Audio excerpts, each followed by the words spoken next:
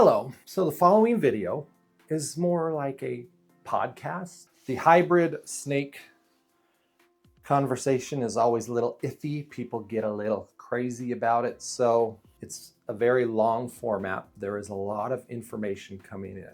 So if you are very interested or slightly interested, concerned, totally against anything that is a hybrid snake, this one's for you. I was at Bill, I don't know his last name, Bill from Mythic Pets. He is a local breeder here in Utah. If you've been to any of the Utah shows, if you go to the Anaheim show, you will know Bill, Mythic Pets. He is well known around these parts for hybrid snakes, and the following video, you will get his side of the story. So I want you to just listen, pay attention, see his point of view. As the video is going along, if you hear anything or see anything, comment, ask questions. You can chat on here and I can ask him for you or just reach out to him directly. But hopefully this video gives some insight to that side. And once again, Bill, he is a breeder. He is not a pet keeper. There is a difference. So you will see what I mean from his setup and his house. The way that he keeps is different than the way that I'm kind of in the middle. I breed, but I also keep. He is pure breeder. So keep that in mind and watch along, chat, ask questions. Hybrid snakes. Yeah, let's talk about the hybrids then. So how did you start doing did you learn to do the turbo corns? Turbo corn is a gopher and a corn snake. Gopher corn. Did you learn to do that in Florida or? Some of it I learned in Florida. Some I learned from just other breeders I know that have worked with that kind of stuff. But it's a lot of trial and error. Like you have to be prepared. Like I explain it like if I have 4 pairs of attempted hybrids that year, I might get one. One clutch will go, maybe 2, and then maybe one of them will be slugs or something. Because it's not always. It's just people are like, oh, you can hybridize anything. You can, but there is a lot of points of failure. Can you get them a couple? Can they actually produce the eggs that you want? Are the eggs fertile? Are the eggs going to hatch properly? And then the babies, sometimes the babies don't thrive. So it's like, I don't condone making hybrids that would be problematic, because some people do like some more difficult hybrids where they're breeding snakes from very different regions, different, climates and stuff. And then the babies are kind of like hard to take care of and stuff. And some of those things are like where they're trying to do the, different tree python hybrids and stuff. There's some odd stuff that you can do, but should you do it, Have you ever done a live bear cross with an egg? No, you can't ever do that. So never attempted. No, it's not. Okay. It's not possible. Okay. So, I mean, even most of the live bears, like the hybridization, is very, very seldom. So okay. But with these guys, like there are some, I know that it's been proven that a lot of the hybridization between colubrids can happen, even if they're really diverse. Like there's even been some cases of North American corn snakes crossing with like European rat snakes and stuff. Okay. Which are very different. But in North America, some of the hybridization has occurred in the wild. Some of it's happened in captivity. And even some of the most common ones, which are like jungle corns, which are half corn and half king. Yeah. Or the turbo corns, which are corn and gopher, those happen in the wild. And the jungle corns don't normally happen in the wild, but the turbo corns do. And they're supposed to be one of the easiest hybrids to make. It took me years to get them to have success. Where would that integrate happen? Somewhere in where a corn and a gopher. I know a corn and bull snake or corn and pine snake. Well, mix a lot. I might have misspoke because I know the corns and the king snakes, the California kings, they will cohabitate together, and you can get king snake, gopher snake hybrids in California. Oh, okay, yeah. So that happens. So king and gophers. And the Pituophis, they're basically 75% of the country, whereas corns are 75% of the country. So they do cross over.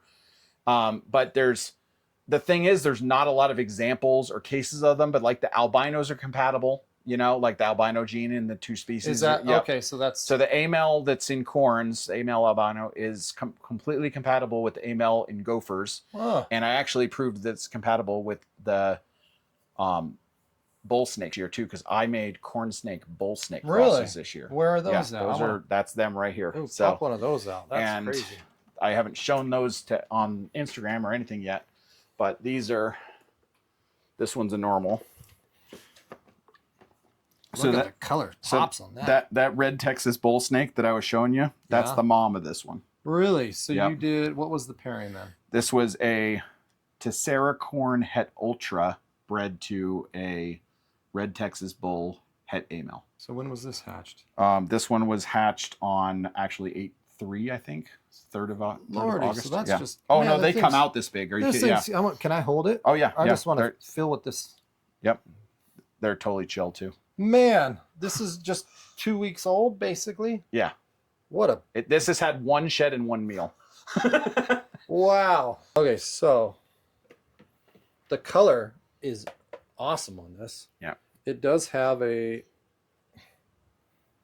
He's gonna spaz a little. It is little baby. It is a little more stiff, like a pit, for sure. I mean, it's thick like a Pituophis, that's for sure. Its head is almost more corn snake. Yeah, the corn takes over there a little bit. What a cool mix. So is this, again, this is the red Texas bull. Yep. Bull snake, and then just a corn snake. Yeah, and I've used that same corn to make a lot of hybrids. He's like a really well-known male. And then so he's down with the big ladies, huh? Yeah. So I'll show you the ultra male one. So because the dad is het ultra and the mom is het A-male, we also hit ultra males right out of the F1. And this is a sibling of yes, that? this is a sibling. So holy crap. Yeah. Okay, this has more of the bull eyebrow of I'm just grumpy. Yep. And the tail. Wow. So how were the eggs just the size of a? They were like bull snake eggs, but man, they were almost ball python size before they hatched. Like, it was pretty crazy. So how many came out of this pairing? 7 of them. So wow. Yep. And I'll show you, because since the dad was also Tessera, I've got Tesseras in this group too. So this is one of the Tessera babies, Tessera pattern. I'll just take them out. Okay, let's see the belly of this. Yeah. Oh, there's got just crazy belly. So. Jeez, weird. The side. Yeah. How crazy. That's interesting, isn't it? Very interesting. Best part is you get different stuff every time. So what's the main purpose of you doing all these hybrids? What do you want from it? I mean, ultimately, I want the snakes that I want to work with. And, I'm happy that I found some people that are also interested in those snakes.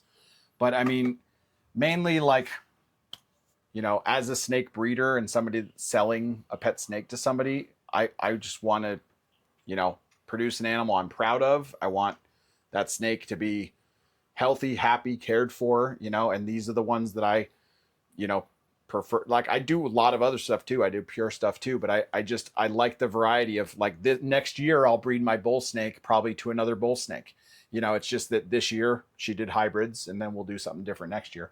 It's that variety. It's like a big swing each year, and so you'd say it's more for it's cool. You never know what they're going to pop out like. Yeah.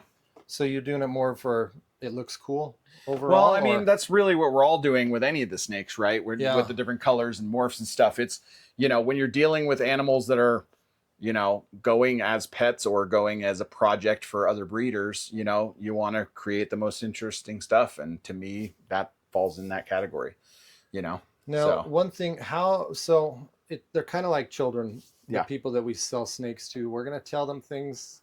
We're going to hope that they do the right thing. Right. But they don't always. True. So how are you advising against or helping people understand that you have to make sure you label this that if you're ever going to breed it in the future, or advise not to breed? Or the first line of defense is making sure that I label everything very clearly, very precisely, with great detail, and that I'm informing the people that are unaware of what they're looking at. You know? And those people, you know, especially people that get them just as a single pet, you know what I mean? They get, you know, they're most of the time not going to breed that animal. Yeah. You know, but you know, people that are like, have, you know, like a corn snake breeder or whatever, like sees an interesting corn hybrid and wants it. I have a conversation with them about, like, you know, are you interested in breeding hybrids? If you're not, then you should not breed this with your corns that you have. If you are interested in breeding it for hybrids, you should really look into other hybrids, not necessarily take this home and breed it with your corns. Yeah. You know, I mean, super corns, which are 75% corn and 25 calking, are really nice hybrids. You can do some really cool stuff with them. Yeah. But if you're not clearly marking them and you're not tracking the lineage and stuff, you can, you know, really mislead your buyers, you know, and I don't want to ever do that. So it's a tricky subject because some people don't like hybridizations at all. But you could also make the argument that, like, so I've heard this said before, but I'm going to tell you my version of it. Like, if you were to go out to the wild, let's say in California, and pick up 2 wild California kings, maybe even from the same locale, right? Like, say you're in San Luis Obispo and you pick up 2 Cal kings and you bring them home and you decide you're going to breed those. Yeah. And you're going to sell them as San Luis Obispo Cal kings, right? You have made the decision for those snakes that those 2 snakes are going to breed together. You didn't let nature choose that those 2 snakes would cross paths. Yeah. So already, even though those are Cal kings, they're from the same place, we've already artificially engineered where those babies are going. Yeah. You know what I mean? So it's kind of that same thing. There's more cross hybridization and integration and stuff like that with breeding than we're aware of out there.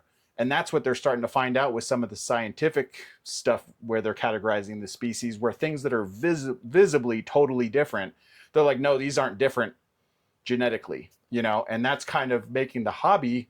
Rat snakes, you know, that's a huge problem. Yeah. So, you know, the people in the hobby are like, wait a minute, this is very different. So basically they're separating the hobby species, you know, kind of the breeds of snakes, if you want to put it that way, that we're doing with what they're actually in the wild categorized as, you know? So, because I'm sure if you took a standard, like, captive bred corn snake and really scrutinized its genetics, it probably has some Cal King in there, you know, or most likely rat snake, the emery, you know.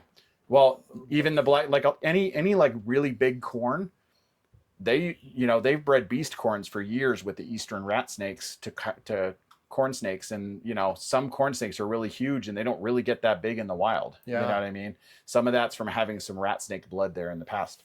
Yeah. The mask gene is the same thing, where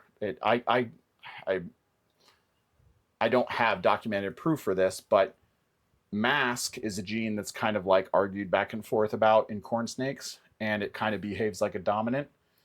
Mask is, you know, kind of similar to diffused, where it messes up the head pattern. There's a little bit of, you know, and the thing is, if you take a wild eastern rat snake and you breed it to a corn snake, every one of your babies is a mask. Really? So I feel like most corn snakes have mask in it. Yeah. And I think it's more of a bloodline thing. Like, it shows up because they have that little tiny bit of rat snake back in them. So yeah, who knows? And I mean, I can show you a first generation. So this is let's just stick with so a gray rat snake? No, it's eastern black rat snake. Black rat yep, snake. Solid, okay. you know, the eastern blacks and specifically from Pennsylvania. Okay, so the typical all black with the white chin. Yeah, and you'll see the reduced pattern on the head, and then also the belly checkers are interrupted down the central, you know, a little bit of fading between the checkers. And that's there. I had some that were more faded, some that were less. And this was literally a standard run of the mill butter corn bred to an eastern black rat that was actually wild collected by somebody that I know and quarantined. And I have that pair of eastern black rat snakes here. So I used him as a male for a hybrid project last year. So, but I also have pure eastern black rat eggs in the incubator. So, oh, really? Yeah. So I'd like to see those parents, but Yeah, let's I stick will- with the I will highlights happily here show for you. a second. Yeah. So these guys, you know, the nice thing about them is they do kind of act like a corn, but they're a little bit reactive like the rat snakes are. So yeah, black rat snakes are some people's favorite rat snakes. and they're not for me, but the two I have, like the girl has nicer solid black. Oh, really? But she's not a snake that likes to be handled and stuff. The male, he's just awesome. Like the fact that he was a wild snake and he's such a good animal, like that I have in captivity, he's just great. Have you only done turbo corns and turbo bulls? Or? Yeah. So these I'm calling. I mean, these don't really have a name. I've heard it's written on one website that's kind of like copied and copied and copied, that all corn Pituophis hybrids can be referred to as turbo corns, but it's just a pet name. Yeah. So I refer to these as corn bulls because I want people to know that they're corn bulls. But they're very similar to my turbo corns, which I did make before, and I'll show you them. Oh, that's so pretty. Yeah. So this one is an amel turbo corn. It's half corn snake and half gopher snake. And that looks like a butter corn almost. It looks like some corn albinos, but it's just kind of like more glowy is the best way to the colors are screaming. It's not the color's not going to pick up on. Also, if you feel it, you can feel the keeled scales. A little bit, yeah. Like the gophers, you know.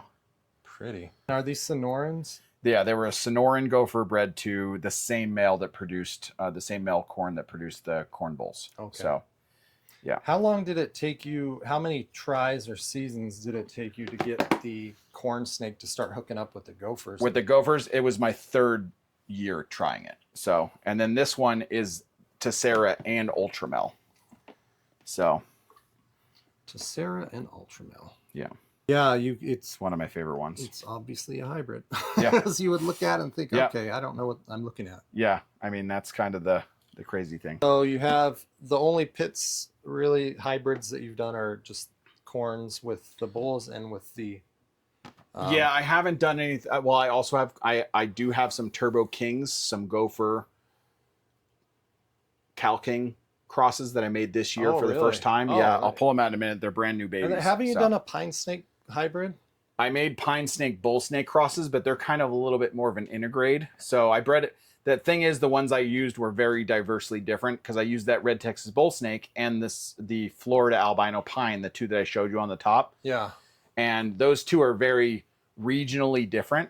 The babies that they made look kind of like a browned out Texas rat, or Texas bull snake. This is a pine bull. So pine bull.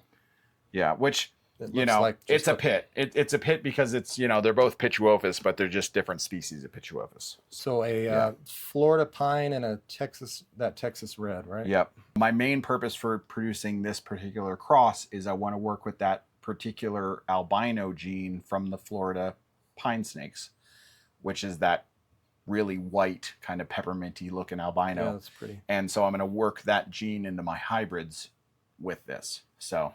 And how many of these have you produced? I think they had 11 babies. I only did it one time. So are other people working with these? A few people are. I have some for sale still left, but I kept one pair for myself. Like I'm not trying to produce tons of them or anything like that. So they're kind of a niche, you know. Now this is one that I could see. Do you sell to wholesalers or do you avoid that? No, I don't do any of that. That's good because I could see someone that's scammy. Yep. Buying one of those and pitching it as either a pine or and then throwing it out to the world. That might have happened to me back before I knew how to vet breeders. I bought from an auction site what I thought was an albino Pacific gopher snake. Okay. And then as I started becoming friends with Jason and John, they've both come over and looked at it and said, I don't know what that is. Right. So yeah, they're like, that looks like a Sonoran. That looks like something else. So it probably was just some mutt, a hybrid. And they just pawned it off on me. Well, and sometimes, I mean, they didn't know. You know, yeah, that's the thing. I mean, there's also a lot of hobbyist breeders out there that think they have the same thing. Yeah. And they breed them together and they're, you know, inadvertently, you know, breeding like subspecies together or something like that. And that's that's captive breeding. You know, it just happens. You know, even the people that with the purest corn snakes, they don't know the lineage of their animals because that's the kind of stuff that's not tracked. Like I love that I have animals that are 3rd and 4th generation animals, and I can tell you all the percentages, all the parents. I can show you the grandparents or the great grandparents here in the room. Yeah. You know, so, and that's what it's about for me. So that's one thing. I have a snake that I bought it and it's labeled an Anery Okatee, but I'm never going to call it an Okatee. Right, because I don't know the lines. I don't right. know if it's actually, was this one from the actual and hunt club in South Carolina? It's tricky with Okatees because a lot of people just see, you know, there's so much natural variety with corn snakes. Nobody ever considers natural variety or takes it into consideration. You can have a regular corn, have thick black saddles and strong reds and be sold as an Okatee that has nothing to do with it. Like I have some Loveline Okatees that I started with, and I prefer that look, but I've also bred them into other corns, and then I bred them back to Okatees. So like I have some Okatees that have different colors, you know, in their background, and I can potentially make, you know, like an Anery. I haven't gone specifically for that, but an Anery is a good example. You know, like I'm working a little, obviously, with like a lot of people with the Okatees, they work with AML to make reverse Okatees. Yeah, those are reverse Okatees. People love those. And I have some of that stuff, but also like I have some other colors in 1 or 2 of my Okatees that I produce that are going to be interesting to see what they come out with. Like one of the theories out there is, and like I apologize if I'm not fully informed, but I've been told that there's a theory that the red factor came from the Okatee lines. And that's one of the reasons why they're so red. This year, I bred a red factor ghost to my foundation Okatee to see how the Okatees turn out in that case. You know what I mean? So I have one baby that hatched out so far and it hasn't done its first shed yet. But I mean, I'm hoping it's going to be pretty awesome. Yeah, and with those, you won't be able to tell for nine months to a year or more, maybe. Yeah, I get some Okatees that have really strong color after the first couple sheds, and I can kind of tell how they're going to go. But also, there's some that kind of wait, you know. Got a lot of king snake hybrids too, huh? Yeah, I mean, I guess we could show the gopher kings just to finish it up because that's kind of a bridge hybrid species. So these guys are a little feisty because they've only had their first meal. That guy I messed with earlier today. Let's go with. And they're pits and king snakes. Huh? Yes, yeah, they're. So you're gonna notice that it looks a lot like a cow king, but these ones are going to change a lot with their first couple sheds because if you note, like it's hard to tell without really good lighting, but they're not black and white at all. They're like a very dark chocolate brown with like a tan background color. They also get more pattern and stuff as they start to grow bigger and shed out and stuff. So what was the pairing for this? This was a Great Basin gopher. You're gonna bite me with a albino cow king. So this is one that technically could occur in the wild and integrate. Not as likely because I did use the Great Basin gopher, which was a little bit different than using like a Sonoran gopher or something from California. So, but we have the cow kings down in St. George and Basins. Yeah, so that could happen. You know, it's a little bit less likely than when they're totally crossed over. So it technically could happen. Yeah, it could happen. This was the kind of the most exciting hybrid clutch that I had this year. Really? Yeah, because I was. So that was what makes that your favorite then? I just thought it was so unlikely to happen, you know, like because some pairings just don't, you know, they don't like each other. You know what I mean? Like they might not be interested in breeding, and you have to really, you know, gotta kind of try it a couple times, try different things, you know, and I had a male that I used a couple times, a male cow king, and it was a first time ever breeding female Great Basin gopher. So she had never produced before, but she bred with that cow king. So do you rub shed? Do you do anything like that? I never mess around with sheds and stuff. I have a couple different tricks, but ultimately it comes down to putting them together and babysitting them, just watching them, seeing what they do. I sometimes play a little bit of musical cages, like moving snakes, you know, from cage to cage, so they don't really know which cage they're in when they're breeding, and the males are just like excited to breed with whatever female they're with, you know. So, you know, but it's a lot of people that's the first thing that any hybrid conversation about breeding is like, oh, you know, I use this shed or that shed. I never use sheds. Really? All my sheds go in the garbage. So yeah. I haven't ever had to try to do that to get them to go. Oh, nice. So, That's yeah. the only thing I've really read about. Yeah, Is you have to do the shed and this like and that. one of the most certain ways to get a hybrid pairing to breed is take, the pair of the, single species that you usually breed, put the other female in there that you want to breed with them, and babysit them. And as so soon make as, sure it's a 1.2. Yeah. So then when the male's trying to breed, just only let him copulate with the female that's the other species while they're in Take there. the other one out real quick. I hold the tail up, from the one that he's supposed to be breeding with. He's a real snake block. Because honestly, if there's one tail in the cage, he's gonna go with that tail, not the one that's up in the air. Huh. So, so in fact, that's the only way that I've ever gotten Cal Kings and Hondurans to cross. So really? Yeah, because my particular Honduran, he only wants to ever breed with a Honduran. He doesn't want to breed with a Cal King female. So now, is it from online and what I've seen? It seems like king snakes and milk snakes are one of the more popular hybrids that you can find as pets. Is that common? So I would say that some of the most popular ones are the common ones, like jungle corns, because they look cool. Come in a lot of different colors and patterns and stuff. But probably one of the more like high end or more recognizable hybrids is the Imperial Hondurans, which are Cal King, Pueblan, and Honduran milk. So they're basically, the percentage should be 50% Honduran, 25% Cal King, and 25% Pueblan. That's not always the case with those crosses, and plus they're breeding in multiple generations, and it can get a little skewed, obviously, when that happens. But when you do some breedings like that, you get a lot of color variety. The thing is, it takes the corn out of the equation. So you're dealing with milk snake and king snake personality too. And like personally, I don't like to work with Pueblans a lot. I think Pueblans are kind of crazy. You're working with the big ones. Is there any other crazy hybrid that you've done recently, or you've done one time that you're super proud of or excited about? I'm proud of a lot of them. I mean, everyone is a success story. I mean, because this year is my first year making first generation root beers, which are emery rats and corn snakes, which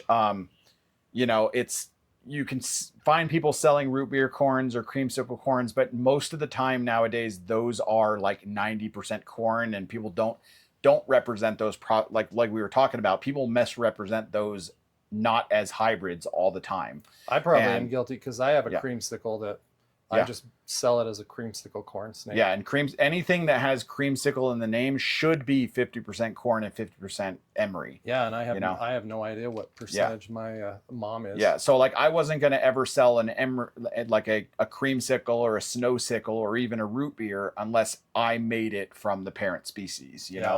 So actually me and a friend both made separate clutches of root beers this year. So now we have 3 unrelated clutches, and when we breed them together eventually they're going to have creamsicle and snowsicle babies. And because those ones are actually, what was it, in the early 2000s, even when was it that they thought that the emery, the Great Plains rat snake, was just a type of corn snake? They're definitely the most closely related to corns, and they, there's some confusion with them all the time. But it's, you do hear about that. They have some ranges where they cross over, and they probably have some integrades and stuff like that are just the same as the root beers. Yeah. But they, when you work with them, you really realize there's a lot of differences. They're a smaller snake. Like they stay like kind of like a small corn.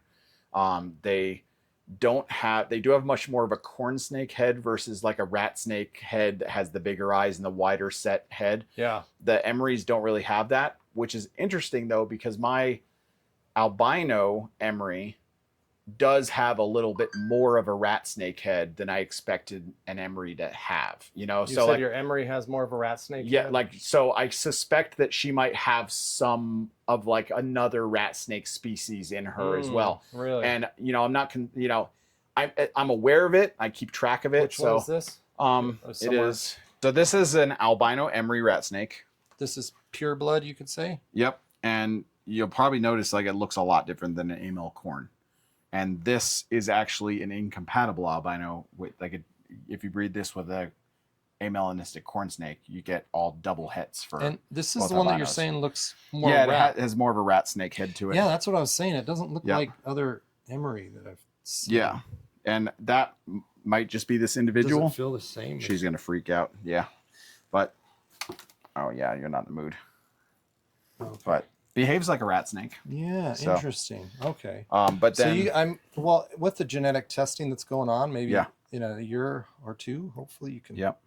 Because this one could have some gray rat snake or something else also in it. But then if you look at the other two I have, this one is a pure emery wild type. Is this wild caught? No, obviously does not look like a standard corn, right? No. I mean, like in shape and pattern a little bit, yes, but they're just distinctly different. They are. They have a rat snake head. Yeah. This, So. and they do have that different brown. Yeah, color that chocolate color. corn snake does not have. Right. Oh, well. Yeah. And then the snows look really different too. Because the snows are like the cleanest snows that you'll ever see. They don't have any additional pinks or yellows. They're just white. They have. It's almost a calking.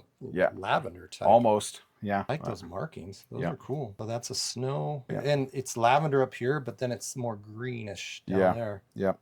That's a cool snake. Now, why aren't people working with these as much, do you think? Mostly because there's not as many color phases. Like they only have, there is a hypermelanistic morph of them that I just heard about, but it's basically anery and amel, and so you get snows and aneries and albinos. Huh. So it's a little bit more boring. So.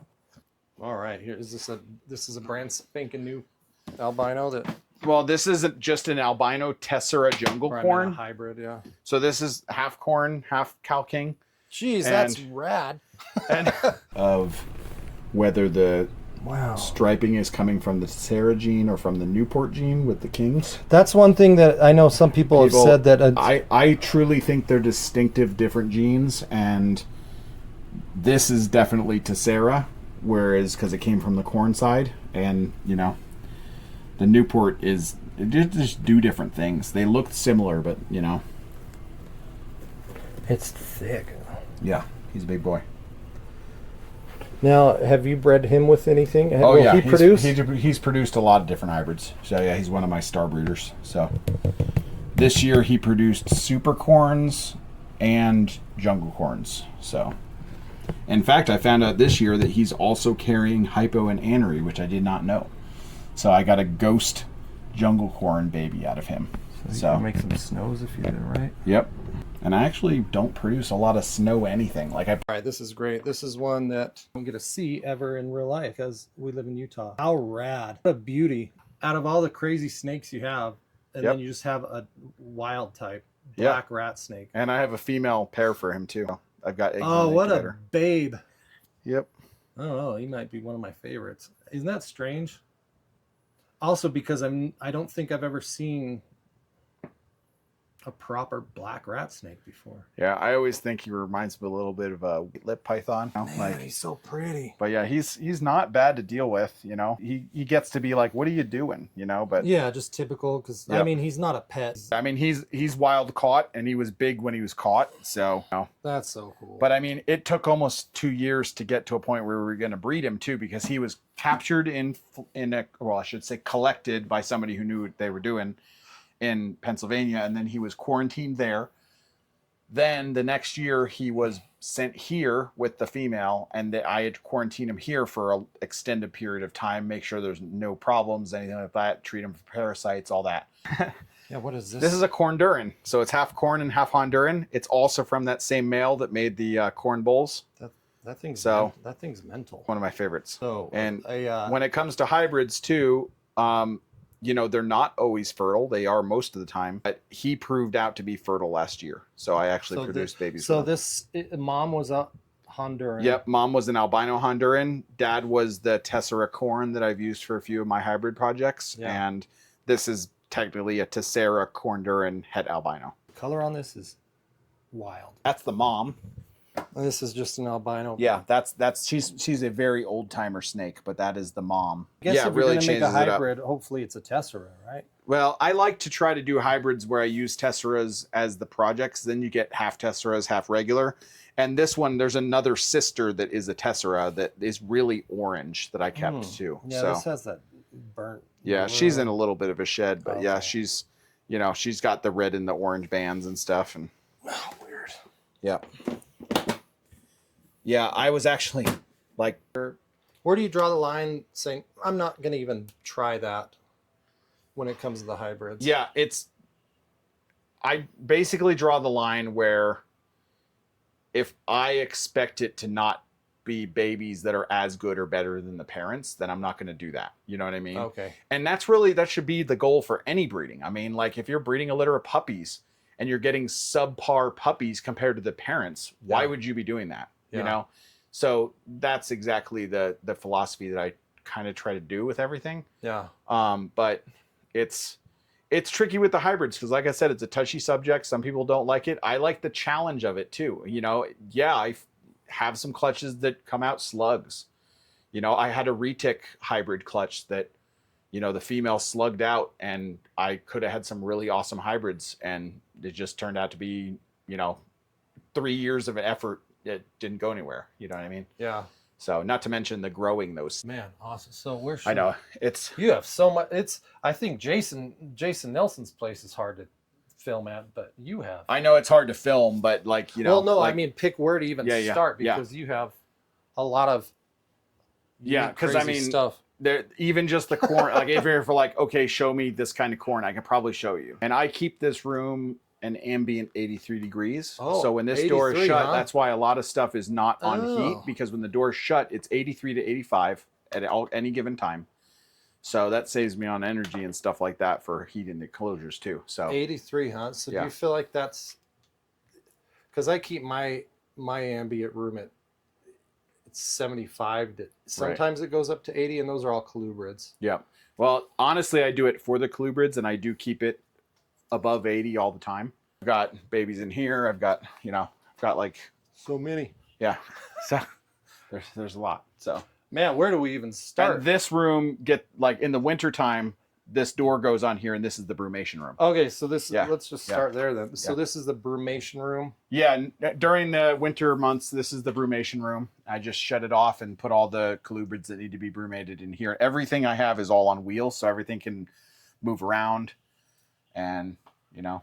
What was the first one you started with then, I guess? The first snake I ever owned was a green Burmese python that I Really? got as a baby, which is really weird because I was not really a snake guy, but I kind of like started working with snakes. I was working in a pet store at the time, and I started working with the Burmese python babies, and I really liked them. I ended up buying a green patternless. And interestingly enough, this year, the first baby that hatched out was this one right here. I hear that Burmese are pretty decent. They're very calm once they're older, but they're pretty feisty as babies. So tell me, what is a green Burmese? So this is a green, which some people call patternless, but it's actually not very patternless. Pretty. So, and these guys, this one right here is exactly like the one that I first owned. What year was that you? That would have been, let me see, 1995. So, Really? yeah. So you've been doing this 1995, huh? Yeah. Long time. So, What, when did you start doing hybrids? Because that's what that's So, what I really know you for. yeah, is mostly the what I'm cool, known for crazy is hybrid hybrids, stuff. and it's not because, you know, it actually wasn't, I didn't see some hybrids out there and go, oh, I want to do that or anything. It was, I was working in Florida with a breeder down there who had a lot of colubrids, and one stack of the colubrids in the room I worked in was all hybrids. And out of that room, which is mostly corns and kings, that was my favorite rack. Like, I just liked the personality. I liked the variation. I liked the challenge of them because that was also the least productive rack in the room. Yeah, you kind of got your colubrid start in Florida, huh? Yeah, and that was in, you know, around, I guess that was 2016, 2017. Oh, so, really? Yeah, Okay. yeah. So, like, I had worked with like corn snakes and stuff because I've been in the pet store industry. I mean, I've worked, that was the job I had all growing up as a kid, like really Yeah. young. I started in Pennsylvania. I was at worked like 5 or 6 different pet stores when I was younger. And like, just because I also went to vet school for a little while, I did a whole bunch of different things. So I always had interest in them. I always, knew about them, but I'd never bred them myself. So, Okay. So kinda you're interesting. originally a big snake man. And then So- is this the green Burmese or what is No, this? that one is half Sri Lankan and half Burmese python. Half Sri Lankan, huh? Yeah, Sri Lankan python. Is that the same as an Indian python? No, the Sri Lankans and the Indians are sort of grouped together taxonomically now, but originally the Sri Lankan was Python malaris pimbura, and the Indian is Python malaris malaris. How Yeah. long have you had this one? That one I've had since 2019. Okay, great. So, and it's a girl. She just hasn't been bred yet. So. And then this is just a regular retic down That's a mocha retic. So yeah, and she's kind of a subadult. So What are you feeding this big? What are you? they're all feeding eating it? rabbits. Just yeah. rabbits? Yeah, they're all on Okay. rabbits. So most of them are on twice a month. So No breeding on either of those. not yet.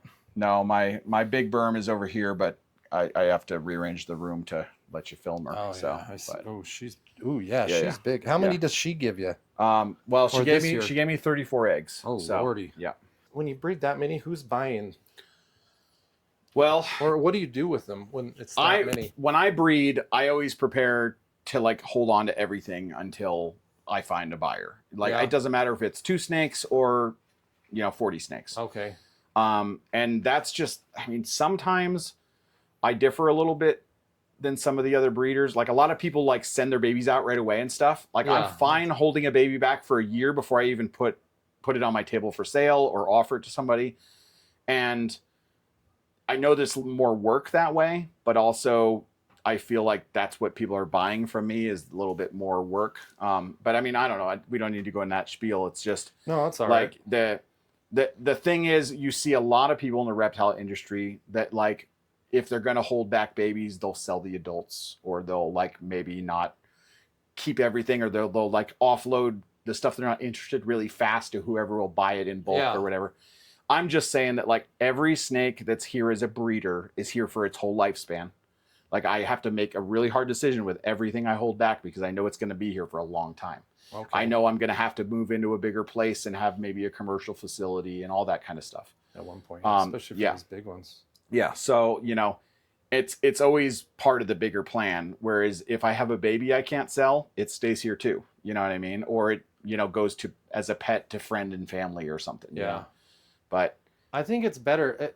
Most of the snakes that I breed, I don't do a huge amount, right. but I usually hold them 6 to 9 months at least. Yeah. Yeah. Selfish reason because I want to. They change colors, and I Yep. want to make sure I'm holding back the good one. Yeah. But also then I know that's a solid good snake, and it's not. Oh, it's had 3 mils. It's good. Yeah. It's like, Yeah. 3 mils is so little, and Yeah, it's still like, so small. 3 meals is my minimum to sell something, but a lot of times that with me, since I do have a lot of snakes, I know what's going to be for sale pretty much right away because I know what I'm looking to keep in that clutch. You know what I mean? I might be like, okay, I'm on the lookout for this baby when this clutch hatches, and if I don't see what I was looking for, then I know that they're all for sale. Yeah. And but even then, if I see something that's going to work for a future project, I might decide on one of those. So I do hold them, for a couple months before they go to sale. Like, I mean, we started hatching the 1st of August this year, which is later than normal. Like literally August 1st, those berms hatched, Oh yeah. and my next reptile show is on September 13th. And I'm going to have very little. Which one is that? It's the Anaheim show. Yeah. There's actually 3 shows that same weekend. There's Anaheim, well, 3 that are on my radar. There's the Anaheim show, which is the Reptile Super Show. And then there's the Colubrid Fest in Ohio. I'm And then going there's to the Colubrid Magic Fest, Valley, yeah. which is also, it's like yeah, Jerome. That was me and my daughter's very first reptile show. We went Yeah. up there to Jerome, Idaho. and I mean, It was in a barn, and there was like yeah, 8 it's tables. like, it's It like a was rural just- table. They've done a little bit to like increase the popularity of it because it's really fun show. Yeah. But it's just the fact that if it conflicts with the Anaheim show, which I go to regularly, then I need to go to Anaheim. Yeah, So, Colubrid Fest is. I bought as soon as they announced it in January. I bought my Yeah. tickets. so this is a fork scopher. Okay. He's a little hissy and kind of a grumpy male I like sometimes. these forks, but yeah, and super forks. They're pretty Yeah. because they just wash out the whole, yeah, all the markings. Yeah. And that's just a normal. That's just a he's flopping on me. normal, you could say, forks. Yep. Yeah. Okay. That's a And big then one. I don't know how hungry these guys are going to be. So this guy is my only rescue. I can take him out of here so you can see him better. I have a red Texas bull snake, who might let me handle her right now. And she's kind of your normal red Texas bull, you know. Yeah. We'll just let her chill there. Nice and dark. I like that you can kind of put that up there to see her. Yeah. But yeah, and then this guy up here is albino Florida pine. Ooh, an albino Yeah. Florida pine. All right. Nope, not feeding you, buddy. Hey. Do we know what's going on now? Yeah. This guy's one of my favorites. that I have Pretty. here. Look at that. Yeah. Wow. That, these pine snakes, Yep. each time I see one, they grow on me. Yeah. Have you ever dealt with hybrid ball pythons with the Yes. blood? Yes, I have. Do you have those? I do not. Those are cool. So I could tell you something that gets wrong with that all the time. Everybody calls them super balls, super Are ball, they, super are ball. they Powerball or what are they called? So what it is, Powerball is a separate thing. That's a color morph with ball pythons. But Super Ball, that name was given to that cross because it was a Sumatran short-tailed python bred to a ball python. Oh, Super, you get it? Yeah. A blood python bred to a ball python is a blood ball. It's not a super ball. But that Sumatran, mistake is okay. made all the time. Well, yeah. So I have never produced a blood ball because there are a lot of complications with that, and sometimes they just slug out. I've basically experienced several of the steps of making those hybrids. Yeah. You know what I mean? I have also worked with the angry balls, which are the Angolan pythons and the ball pythons. Oh, yeah. Yep. So, but it's with the python hybrids, there's a lot more failure than with the colubrids. So Really? what people don't think about is they think, oh, they locked. I'm going to have babies. It's just not the case. There's a lot of times that things go wrong. The egg, even getting egg bound can be something that can happen in that case that was basically exacerbated by the hybrid pairing. I had a female blood python who was gravid from my Mojave ball python, and she got egg bound and unfortunately passed. Really? Yeah. Oh. So that does happen. It could have happened if she was bred to a blood python too, like a not hybrid clutch, but it just so happened that the odds were probably higher that she got, a problematic clutch eggs. This snake right here is the hybrid that we talked about, and she has not been bred yet. She could prove to not be fertile, or she could prove to have babies that, aren't as good as her, and then I wouldn't breed her again, but I'm pretty confident I'm going to have some spectacular babies from her, but, What would you breed with her? I'm actually breeding her with a Mochino tiger retic. So, Okay. yeah. Mochino, that's just a mainland regular. Yeah, it's a main retic. Yeah, it's the retic I have. He's actually soaking right now, but just like I always use the Tessera I prefer to use one Tessera parent or a Newport parent when I'm doing hybrids. It's the same with tiger with the retics. Like if I use a tiger parent, half the babies are going to have the tiger pattern. So of course I want to use that for my hybrid project. Yeah, that makes sense. Also, she's hypo, which is dominant. So half the babies are going to be hypo. Hypo's dominant in pythons? Yeah, it's technically exactly like the fire gene in ball pythons. Okay. Because super hypo makes an ivory. Okay. So, Interesting. Yeah. Yep. So, And then are you doing, what about what about hybrid boas? So that's an interesting topic because what's a hybrid boa? You know what I mean? So most of the boas that we talk about are boa constrictors. They're basically either imperator or constrictor, but they're basically In boa. the same region, basically. So all of those different locales, everything from like Peruvian boas, Bolivian boas, Colombian boas, Suriname boas, even Hog Island boas and Pearl Island boas, they're all technically subspecies, so we're really just making integrades or cross locale babies when you do that. The real hybrids would be something like Madagascar. If you were to breed like a Madagascar ground boa to a regular boa, or for instance an anaconda to like a regular constrictor. which, you know, people have tried those kind of things, and those are some pretty big differences in climate and, you know, way of living and stuff. So they're difficult hybrids to make, but also they're hybrids that maybe shouldn't be attempted. I don't, you know, it's tricky with boas because of that. You know what I mean? But like also a lot of boa species are too far diverse. Like you're not going to get a viable baby from a rainbow boa bred to a Colombian boa. You know what I mean? Even though they're both from Colombia, Colombian rainbows, you know, and Colombian boas, you know, they're not going to produce a valid hybrid. You know, even if they did, they would be probably infertile. So a Colombian, you know? Constrictor Imperator, or whatever they are, to a just a rainbow boa. Yeah, which I'm going to mess up this scientific name, but I think it's Epicrates something. I'm not positive. But you can do a rainbow boa with the anaconda because they're the subspecies, right? If you wanted to. I personally think that it's been a lot of it there. You're dealing with the size difference is such a big problem.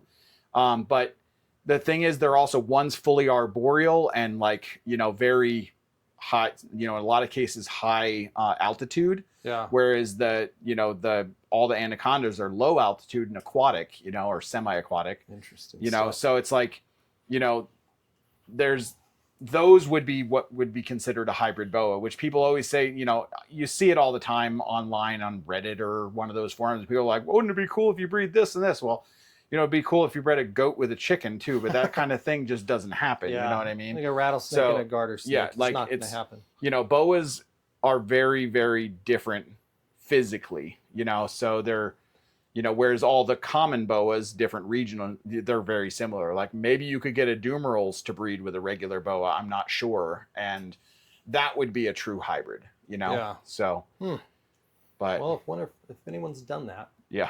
Put it in the comments. Yeah. For the 12 people watching this. So this is weird. That just looks like some kind of Kankakee type of. Yeah. So this is El Guapo. He's half black pine and half Texas bull snake. Interesting. And this has the same mom as those others? No, this one wasn't produced by me, and I'm honestly, he's kind of just a pet.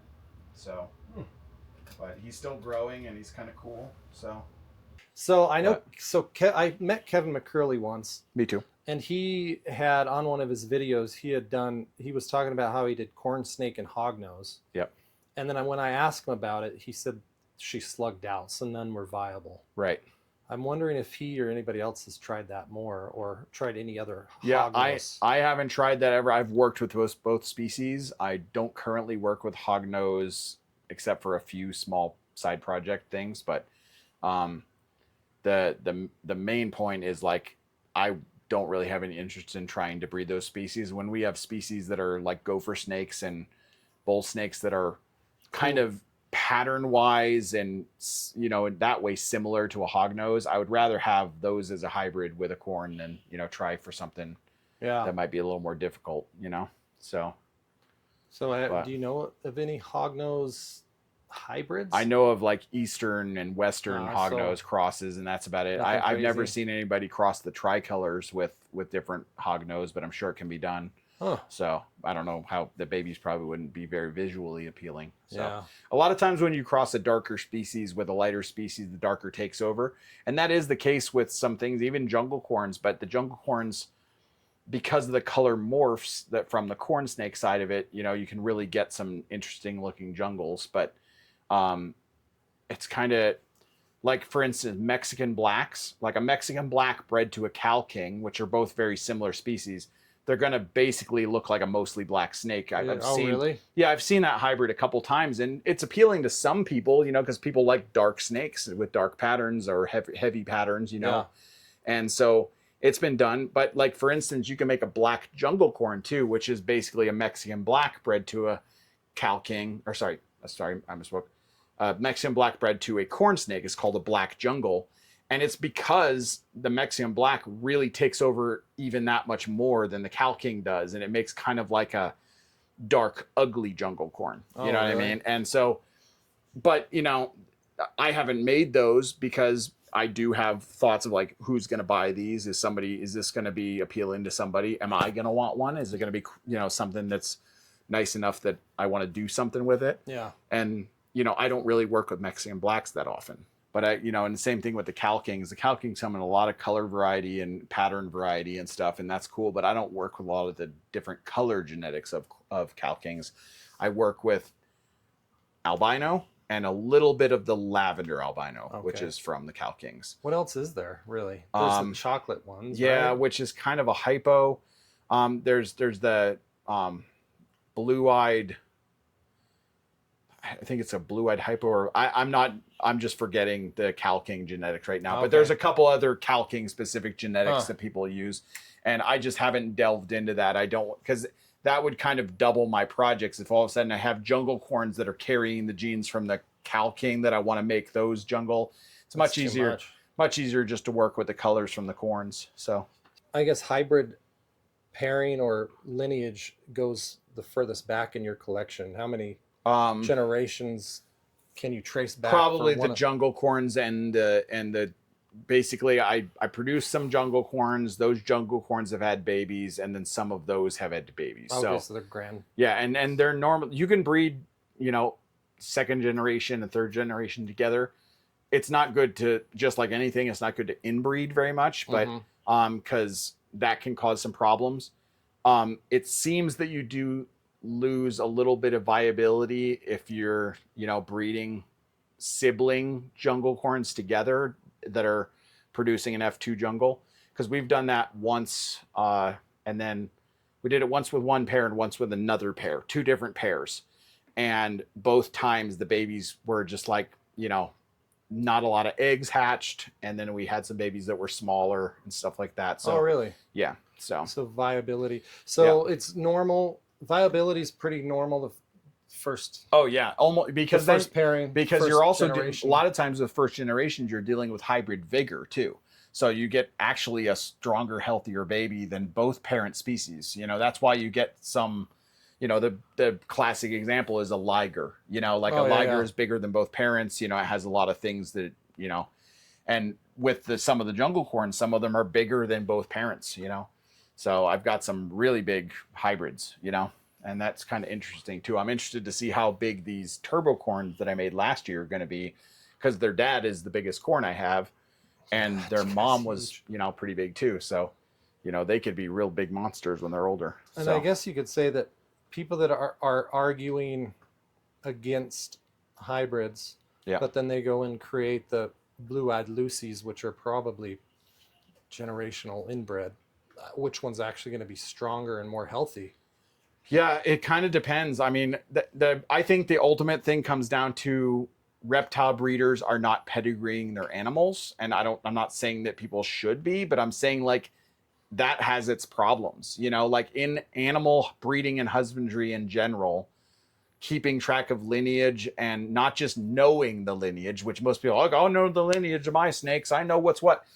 That doesn't matter. Like, you can know it in your mind as much as possible, but it's kind of like, you know, you're not passing that along to the next breeder, you know? And so I could make an argument for, like, especially with hybrids, that, you know, people should not just track what they're doing, but also present that to their buyers. You know, like I know if any of my buyers came to me and said, you know, I want to see the pedigree for these animals, I can generate that pedigree and send them pictures of the parents and grandparents. They're seeing it a little bit more now than it used to be. It used to be people are, and I think a lot of that is because people that get reptiles, in the grand scheme of things, a very few percentage of those reptile buyers are going to breed their animals. Yeah. You know, it's not like somebody with a cat, you know, that's going to have kittens.